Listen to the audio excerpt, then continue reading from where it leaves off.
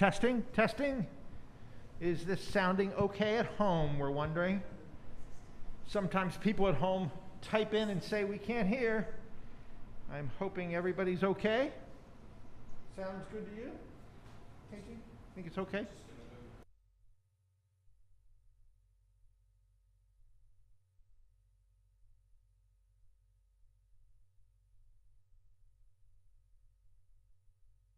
Everybody at home, this morning, you're at First Presbyterian Church in York, and this is our second week of an ongoing Christian Ed class. A couple of weeks back, our pastor at the time, Alderson, and my daughter Stephanie, an elder here, walked us through a couple of weeks of one of the Book of Confessions, one of the confessions in our Presbyterian Book of Order, called the Confession of 1967. Creatively written, creatively titled, because it was written in 67 after years of deliberation.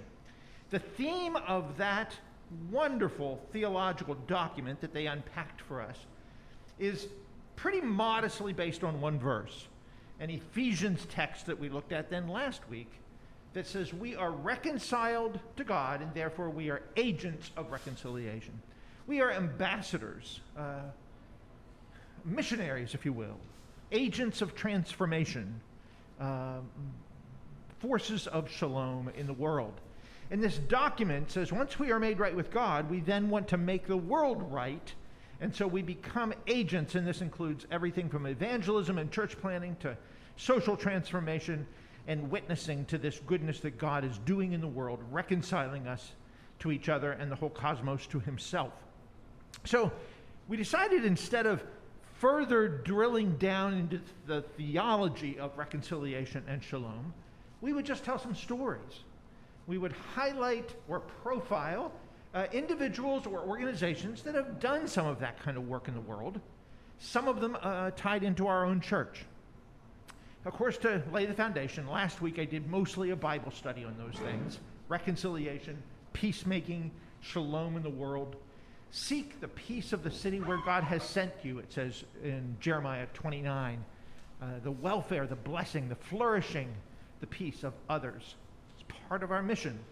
So we did that Bible study a bit last week as a foundation. And if you are online at all, go back and watch some of those classes on the Confession of 67, or that little quick Bible study I ran through last week about peacemaking. I think that's the foundation. But pretty much from here on out, we'll tell some stories. I ended last week with a story, and again, go back and watch it if you can, about a Presbyterian guy, now deceased, named Wayne Alderson from Pleasant Hills Presbyterian Church in Pittsburgh, as it were. He was a management guy in a steel mill called Pitron in Glassport, Pennsylvania, back in the 70s. I told the story in a little greater detail, how it was such a hard place to work, a bad place to work. There was corruption, there was injustice, there was certainly unpleasant alcoholism, division between workers, but particularly between workers and management. And Wayne had a vision of what he called Theory R in management, the value of respect. He called it the value of the person and respect in the workplace. And he started these seminars doing reconciliation work, essentially, between labor and management by everyone treating one another with greater respect. They made a documentary, you can still see it online, called The Miracle of Pitron. And Wayne started this movement called the value of the person concept in labor management relations. Other businesses, Volkswagen plants, other kind of factories and stuff, started using his principles to bring labor and management together. And so I told a little bit about that. We have his biography in the church library, written by R.C. Sproul. But this Wayne Alderson, bringing together labor and management and working not just in personal niceness, but in structures of management and structures of labor management reconciliation that actually work to transform the workplace and the culture of corporate America in some places. So that's just an example and a story I told of a profile of reconcilers, of people that didn't accept things the way they were, but did little initiatives just to get a glimmer of what it might look like to be people in a transformed culture because of the reconciling love of God that they live out, in this case, in the workplace. So Wayne Alderson was our first quick profile, labor management reconciler. Happened to be a Presbyterian. Our second profile now, I'm going to turn over to our very good friend, Ken Hickman, a leader in this church for years, to tell us a little bit about his late wife's work. And it's a story about a peace candle, which if the video is picking up, you'll see here in the little table. I'm going to invite Ken to come up and tell us a story about his own wife and things going on even in our church starting back in the 1980s. Ken Hickman.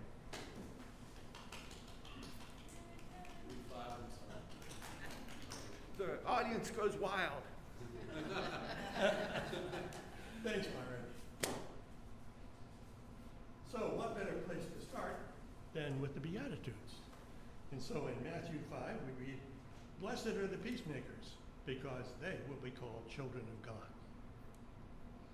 So, as Byron says, I'm here because my wife Jean was very involved in peacemaking programs for many years here. Others involved include our pastors through that time, and Paul Diener, who was a teacher at York College, and a gentleman named Rich Hannibal, who was a businessman, but when he retired, he opened Hannibal Hardware out on the east side of York, almost all the way to Helen.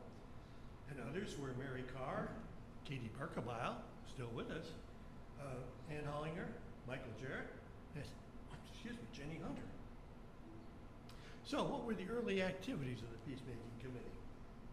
Well, the decade of 1980s was declared the decade of peacemaking by the Presbyterian Church in the USA.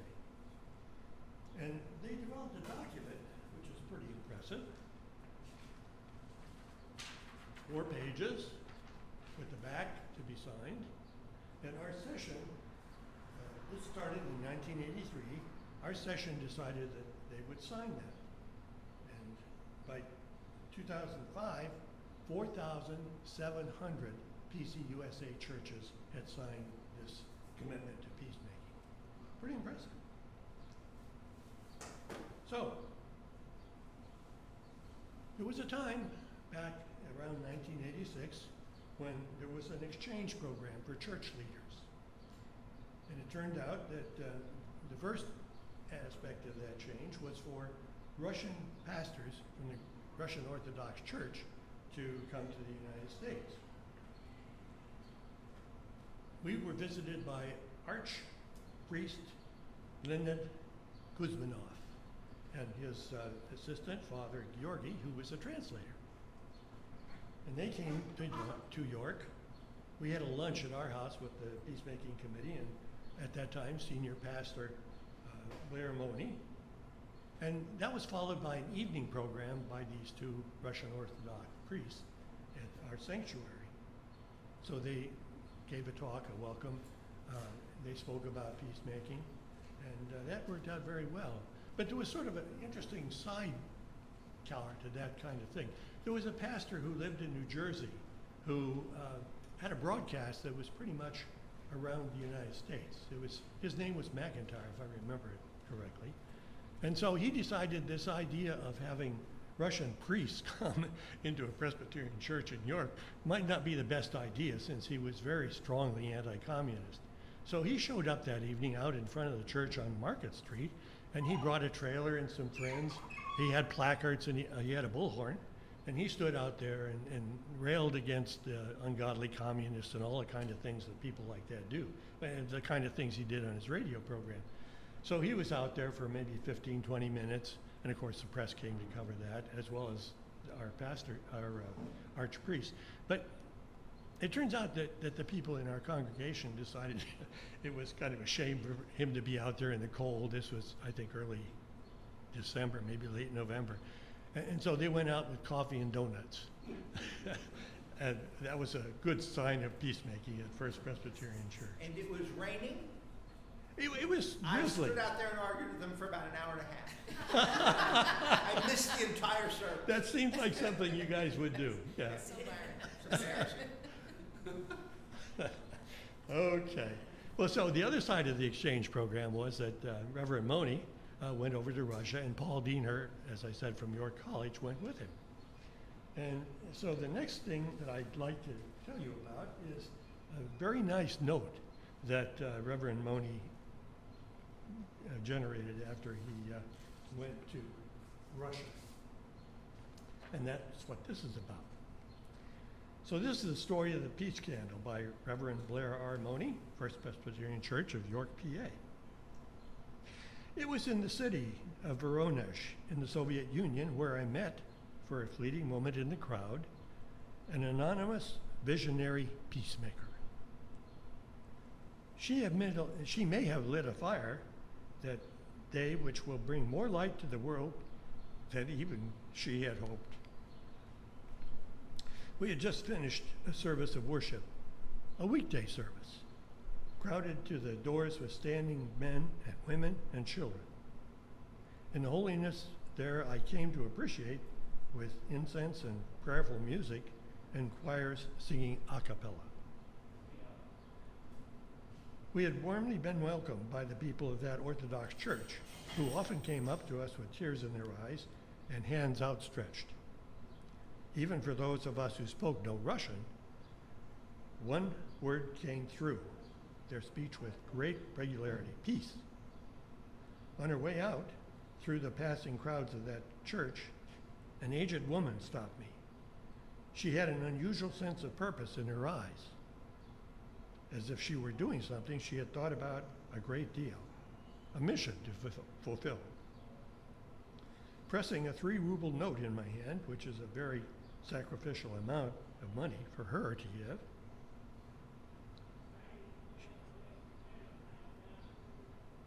she said, "Here, take this back to the United States. Buy a candle for your church, for prayers for peace.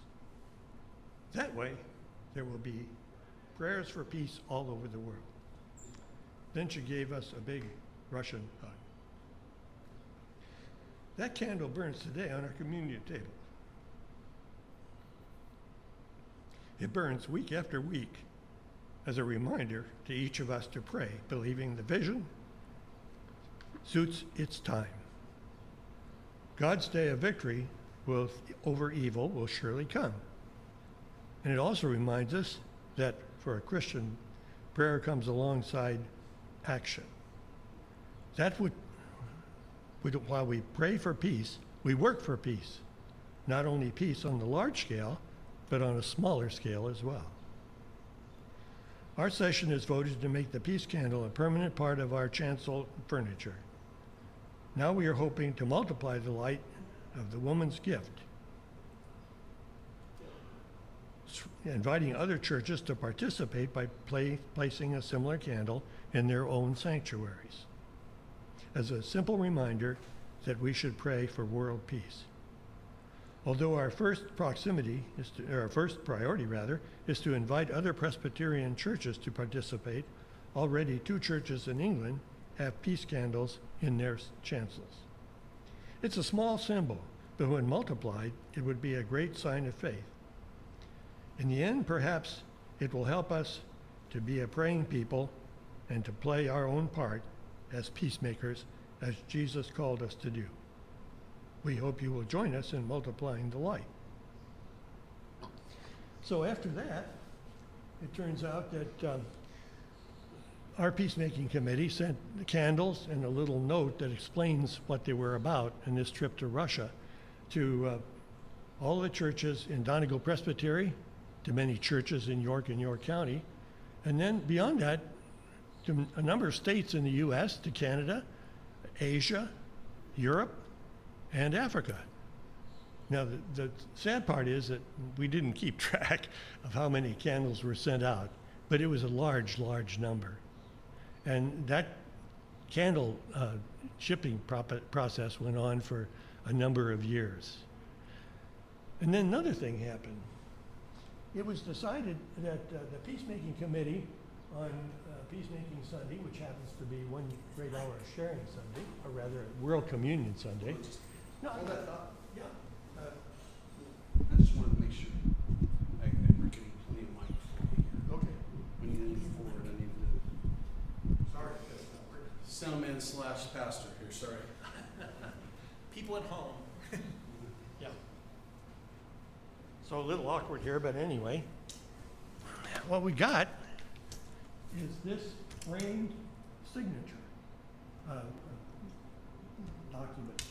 And on those Sundays, when we had peacemaking, people of the congregation were asked to sign this. Let me read what they agreed to. As Christians, peacemaking is participating in God's peace-giving. We pledge to look within ourselves for the willingness to choose peace. Let the peace candle help light the way. And of course, as you see, it's been on our communion tables in both this service and the later morning service. And these are the people who signed this. It turns out that many of these would be well recognized by members of the church.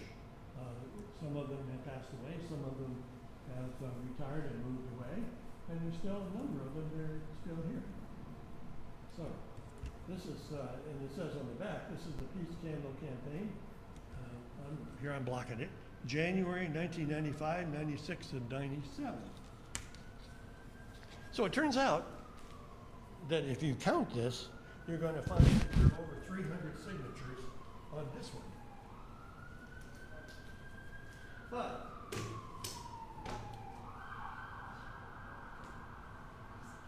that one got filled up. So here's the second one that followed 1997. And this one is this way. Again, a number of church members signed this, people you would recognize, I'm sure, some who are still here. This one has about 100 signatures. So the answer is 400 people signed up this commitment to peacemaking, which is pretty impressive. And Ken, this is so very interesting because this was 10 years or so after the initial candle. Oh, yes. So that wasn't like a flash in the pan interest of a faddish concern for a year. No, we were a decade later, people were still talking about it. Well, yeah, and we were sending out candles during this whole period of time. And the other thing I should mention is that everyone who signed either one of these documents received a peace candle and one of those little notes about what it was all about. So they could take that home and use them at home. But you took requests from other churches, right? So we you sure sent did. to Donegal and to a bunch of churches in York, but then beyond that, people were requesting the candle. Well, yeah, those were things that we did on our own, by our own initiative, to send to Donegal Presbyterian, York churches. But the rest were all requests that came in. And it was a word of mouth kind of thing. People would hear about this program, or people from our church would move and retire, and they would say, well, you know, we did this back in our church, are you interested? And back and forth we would go. So, as I say, we sent out those candles for a long time. Did anyone complain about it? No, there was great eagerness. We got all sorts of very kind letters of people who were very grateful to receive them. In our own church? No, from all around the country. And But I mean, did anybody hear, was there any, on the session, any debate about why are we doing this Russia well, thing? the session had previously signed this commitment to peacemaking, which is a permanent kind of thing. And so no one in session that I know about had any qualms about this at all. Yeah. It's one of those things that are sort of no-brainers. You should get out more. Okay, so the next thing that happened along this line is that in December 1998, FBC members Jeff and Cindy Lobach received the PCUSA Synod of the Trinity, which is the next document, or next body above the presbytery. They received the Synod of the Trinity Peacemaking Award for their leadership in the vigils and legal efforts on behalf of the undocumented Chinese, which were held at the York County Prison for a number of years. They were here because the Golden Venture ship, which was trying to smuggle them into the USA, went aground in Rockaway Beach in New York City. And there were some, let's see here, 286 illegal immigrants were on that ship, and of them, 44 were kept in the York County Prison until 1997.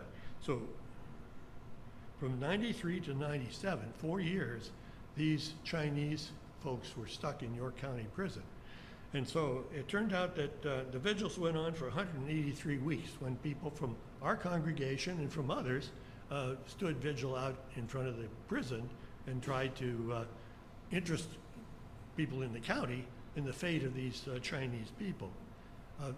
In gratitude, the Chinese in prison took shards of magazines and newspapers and made absolutely beautiful paper documents or paper decorations such as cranes and bowls and all manner of things. And some of those beautiful paper things are still in museums here in York County. So anyway, the Synod Peacemaking Award was offered to Jeff and Cindy Lobach because of their support for the Chinese people from the Golden Venture. And then another example of our participation in peacemaking activities is that 8 members, including our associate pastor at the time, Bert Perry, spent a week with borderlinks at the border in Nogales, Mexico and Nogales, Arizona, to learn more about conditions at the border, which were pretty poor at that time. It was long before the issues that we've got today. It was just a peacemaking and educational program. So it turns out in Borderlinks, the leaders of that organization based in Tucson, Arizona, were Larry Chase, a former associate pastor here, and his son, Rick, who is going to be here for Juneteenth, certainly being sort of the bringer of the message on that day. So Rick Chase was very much involved, and Rick Chase was a son of this church. He grew up here, and so that's another connection and another thing that peacemaking helped kind of bring on.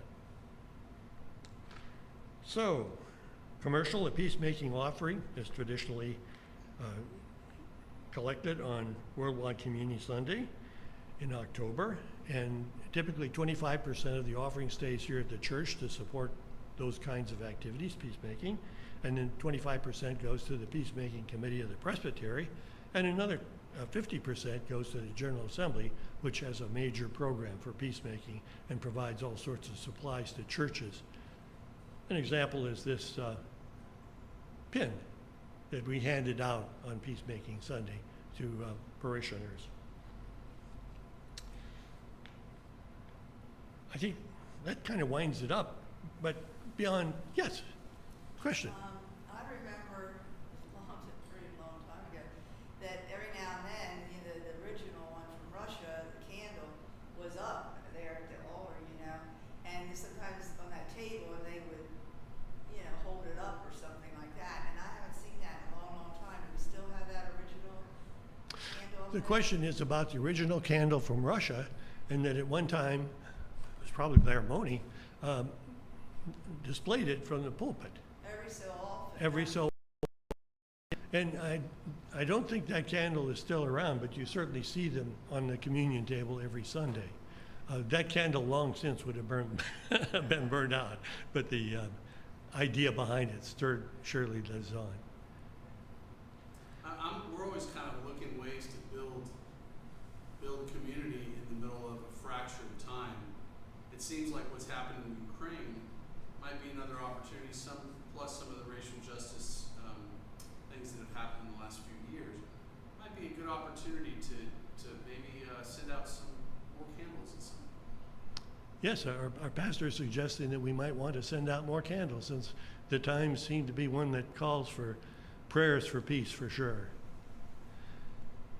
Well, what happened after all that period of time in the 80s and 90s? It turns out that the Peacemaking Committee was decided by session to become part of adult education, and so it went on for a few years as part of adult education, and we brought in religious leaders from other faiths to give us a perspective of how they saw things and what their faith was about. So that was part of the adult ed thing. The other part is that there was a time when our country and PC USA was very interested in domestic violence prevention. And so the Peacemaking Committee was very involved in supporting work at Access York and other agencies that took care of women and children that were victims of domestic violence. Over time, as we got into the 2000s, the key members of the Peacemaking Committee either retired or passed away. And so, as often happens in church organizations, the Peacemaking Committee became dormant, but the work of the Peacemaking Committee continued on. And so we have a lot of activities now, like our caring ministry and our work with the Northeast Neighborhood Association and many other things that go on, but now more in the guise of other committees, including the Mission Committee. So peacemaking is still going on, but not as a specific committee. So there we have it. Thanks for the opportunity, Byron.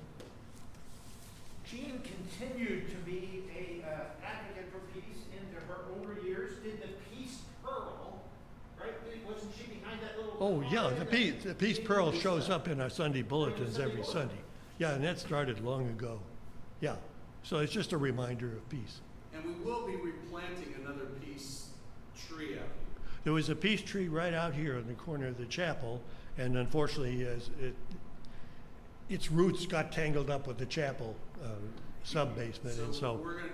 Right now we've got the sign covered, but when we get another tree there, we'll take it. It'll go somewhere else, and the plaque will go with it. Yeah, it'll be in a much healthier place.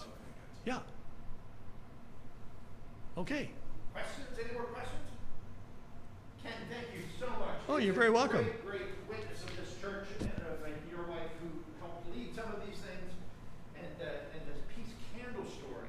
What a great story, and so many good names here. I should mention including the Borger family, not to mention all the pastors in that time. Yep. And it is amazing to me, because I've gone out and done some speaking and teaching on this topic in other places, that it was not as controversial as it might have been. Carl McIntyre, who was the guy that coined the phrase, "kill a commie for Christ," and had a magazine called The Fighting Fundamentalist. I mean, it's almost like a caricature, is the guy that came up to protest our service, and I did argue with him outside and ate donuts out in the street. He was convinced that the Russian Orthodox priests were spies. And I said that the Bible says, you're not supposed to testify falsely. You can't say that. He had signs saying it and said it to the press. I said, unless you know it to be true, tell me which one is the spy. If you know that to be true, and it could be, I'll grant you that. But you can't say it unless you have some facts about it. Well, he disassembled about that. And then I said, well, what if they are? Let them come into a church service and hear the gospel. Isn't that something good? And so we talked for a bit. I happen to know his son in those years, who was a historian in Toronto. And at one point I asked him about his son, who he was estranged from because of his shenanigans. And he just changed immediately. I shouldn't be saying this publicly, I guess, but I mean, it's just like, he said, "Oh, Tommy," called him Tommy, his name was Tom. "How is he?" He said, he became like a hurt father at that point, and his whole tone changed, put down the bullhorn. But yeah, so it has been controversial in the extreme, but also just ordinary folks have said, yeah, but what about the Russians? Don't they got bombs too? And if we get rid of ours, what's going to happen? And so there is often controversy in these things, and the fact that our church took this initiative in York County is pretty remarkable. I came here in the early 80s to open our bookstore from Pittsburgh. Pittsburgh was sometimes called the nuclear capital of the world because most of the parts of making a nuclear weapon were organized by corporations based in Pittsburgh. Rockwell International, Westinghouse, just a whole bunch of businesses. And people around the world knew some things about the policies happening in the Pittsburgh area. So I had helped start a Christian organization investigating and working around buying stock and trying to get the corporations to change their minds about things, and protesting vividly and creatively around nuclear weapons, particularly around this plant that since the government eventually shut down, called Rocky Flats in Colorado. Just a horrific situation, not unlike TMI, where there were radiation leaks and all fires and all kind of stuff. But they made about 3 plutonium bombs a day that were about the size of what destroyed Hiroshima and Nagasaki. And those were the triggers. They were just the caps, the firing caps, to blow off the large hydrogen bombs of which we made between 3 and 10 a day. They assembled them in the Pacific Northwest and in a plant called Pantex in Amarillo, Texas. The Archbishop of Texas declared to his Christian church, Catholic folks that it was a sin to work in that plant because it would be like sort of building Auschwitz.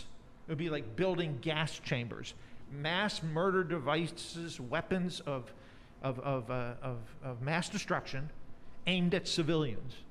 Whether one's a nonviolent pacifist like Jesus, or whether one Gandhi and Martin Luther King, or whether one holds to the more traditional views of a just war that sometimes you have to fight, all church traditions said you can't kill civilians wantonly. You can't just use weapons that are going to wipe out the ecosphere. Those things are just off the table. And so if it's wrong to own nuclear weapons, it's wrong to use them, it's wrong to own them, it's wrong to build them. And so Archbishop Hunthauser in Amarillo, Texas said you shouldn't work in this plant. Well, we were networking in Pittsburgh with all that stuff, and I had spent a little bit of time in jail and some of these kind of protesting things and going to congressmen's offices and preaching on the steps of the Capitol. And they were dramatic years in the late 1970s for my wife and I, and we came here wondering if anybody would care about these things. And we found out that the York Presbyterian Church, Dale Marks was an old friend. He was on staff here at the time, and I met with Blair, Moani, and said, how serious is this church? We're not Mennonites, but at least the Mennonites were saying some things. And First Pres became the leader of peacemaking in central Pennsylvania, one of the legendary churches in the state of Pennsylvania on these issues. Ken held up a document that the Presbyterian Church itself made. It was actually commissioned in the mid-70s, in part because of some of the things we were doing in Pittsburgh, because there's a Pittsburgh seminary, a Presbyterian seminary in Pittsburgh, and some of the staff there were paying attention to some of our shenanigans in Pittsburgh to expose the dangers of the nuclear arms race headquartered in Pittsburgh. And the seminary went to some other folks at the national level, General Assembly level, and in the 1970s, 75 I think it was, commissioned the Presbyterian Church to make a statement on peacemaking. They studied it, they had focus groups, they talked to theologians and lay people and people at the Defense Department, and they worked on it for 5 years. And that document that you held up was published as a book, actually, in 1980. It's actually called Peacemaking, the Believer's Calling. That was 1980. The Roman Catholics published one in 83. It was called the Challenge of Peace. By that point, it got on the front Time in Newsweek. It was a national news story when one of the largest denominations, the Presbyterian one, didn't get quite as much publicity. But when the Catholics followed suit and said it's wrong to make nuclear weapons and this whole deterrence, mutually assured destruction stuff is immoral, and that Catholics may not be actively involved in this sort of stuff, it went national. Then the United Methodists wrote one, and that became very well publicized in 1986, called In Defense of Creation, the Nuclear Crisis and a Just Peace. The Episcopals had already made one, the Lutherans passed one, all the major denominations, and get this, Billy Graham went public saying nuclear weapons are a sin, that we dare not use these awful things. When Billy Graham and the evangelicals and the Roman Catholics and the Presbyterian Church USA were all issuing these very thoughtful documents that churches studied. I helped teach the Presbyterian one in several of our Presbyterian churches in the area here. I helped teach the United Methodist one. I was raised United Methodist.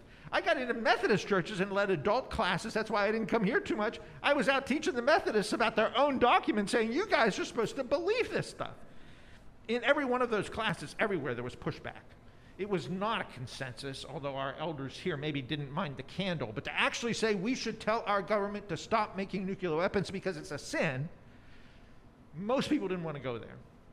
It became very contentious. Ronald Reagan got elected and tried to dismiss all this stuff and said these documents, including the Presbyterian one, he had some connections with the Presbyterian Church out in Hollywood, said was in part funded by the communists. It's the Carl McIntyre thing. And Jerry Falwell, who we all recall, who I also stood and argued with about these things once, Jerry Falwell had the ear of President Reagan. And Falwell, of course, said, well, the rapture's going to happen, so you won't have to worry about it. God will take us out of the world. It'll burn up in a nuclear holocaust, but we don't have to worry about that. And so Reagan's weird theology, influenced by this inappropriate, unbiblical concerns of Brother Falwell, the fears of communism, and yet the talks were happening. START, you remember that? SALT 1 and SALT 2. The largest watched television movie at that point was The Day After. Imagine what would happen if a nuclear weapon fell. The Fate of the Earth was a series of essays in the New Yorker that became the best-selling book in 84 or 5. By the mid-'80s, this was just probably more talked about than climate change is now. Not quite like the pandemic, because that affects everybody. But imagine the most talked about topic of today, maybe the race stuff, the Black Lives Matter stuff. That then was like that is now. Randall Forsberg is a woman who is a think tank scholar and came up with this paper in 1980 called Call a Halt to the Nuclear Arms Race. And we began to call that a nuclear freeze. It was a verifiable proposal that Russia and the other signatories, the United States, would not make any more weapons. And of course, to make weapons, you have to test them, so it became a test ban sort of thing. Verifiable, it was written down how we would go there and make sure they're not cheating. They would come here. They didn't really want us to snoop around their silos, but we, the United States, didn't want them coming in to look at our silos either. In fact, I participated at one point in a congressional hearing about these very questions. I didn't know anything about it, but I ended up somehow squeezing in. And these experts talking about verification of whether or not people were keeping the treaty. So the Nuclear Freeze Campaign started committees or a task force or groups in, excuse me, in every congressional district in the country. And the one in York met in the parlor at First Presbyterian Church. That was not a particularly overtly Christian organization, although it met in the Presbyterian Church, and I was kind of the head of it, so I would preach about Jesus half the time. We had a guy with a long white beard named Bob Euler. We called him Santa Claus, who was a lifelong Quaker. He was sort of a character. There were guys that were just secular. One guy changed his name to Friendly Humanist because he was a humanist and was friendly. I mean,